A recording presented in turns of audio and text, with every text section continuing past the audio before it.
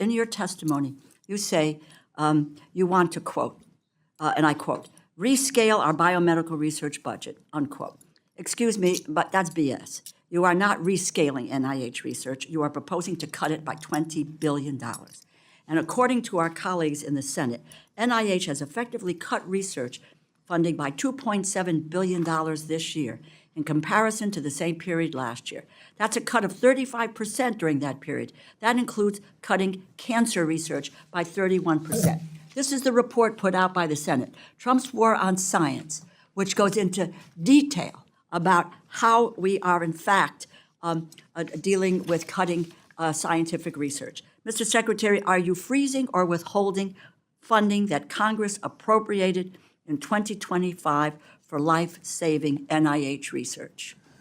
Let me address your first issue first, because I want to correct you. We have about 1,100 measles cases in this country. The growth rate last year was 15 additional, so we have plateaued.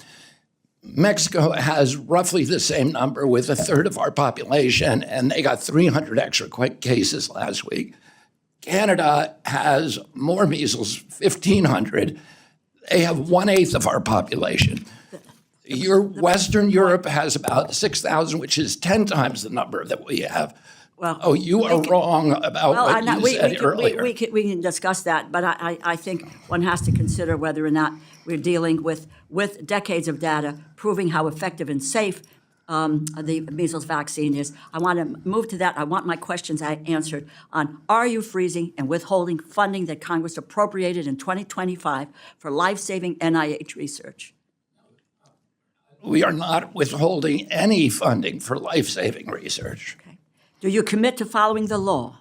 Of course. Fully obligating funding that Congress appropriated? We appropriated, it is the law of the land for NIH research, and to obligate those funds by September 30th of this year.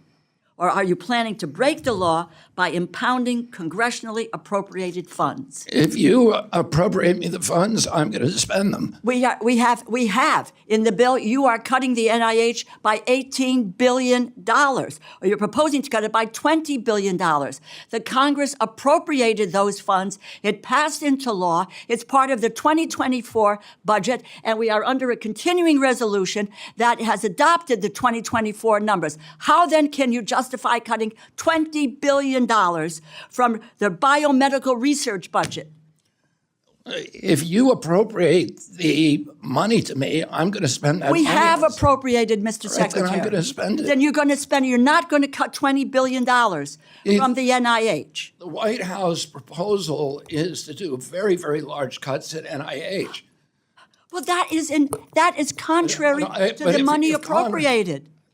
Ranking member. Yes. If Congress appropriates me the money, I'm going to spend the money. You have the power of the purse here. Thank sure you. You know that. Thank you for reiterating that, but I think that I'm not sure the administration really has internalized that, particularly Mr. Vogt hasn't internalized that when he says that we can in fact, impound money. The money is there. The 2024 budget includes the funding for the NIH. Will you commit to spending the money that is in 2024 in that budget? As I said, ranking member, if you appropriate the money, I'm going to spend that money. The money has been appropriated. So the answer to that is if you're not willing to accept the funds that have been lawfully voted by members of the House and Senate on the money for the National Institutes of Health. We're going to hold you to your word that that funding is there. It should be transferred from 24 to 25, and you've cut already $20 billion. Let's get that money back. Let's get that money back. You have an obligation to carry out the law and to implement what the Congress has done. Unbelievable. In both 2024, 2025, Congress, again, power of the purse resides here, appropriated $246 million for CDC's tobacco prevention programs. Do you commit to following the law again, fully obligating those funds so that we can help adults who want to quit using tobacco and prevent teens from becoming addicted? Allow me to answer that by pointing out the absolute cataclysmic disorganization of this agency under your oversight for 40 years. We had 9 separate offices of women's health. When we consolidate them, the Democrats say we're eliminating them. We're not. We're still appropriating the $3.7 billion, but we're not keeping all 9.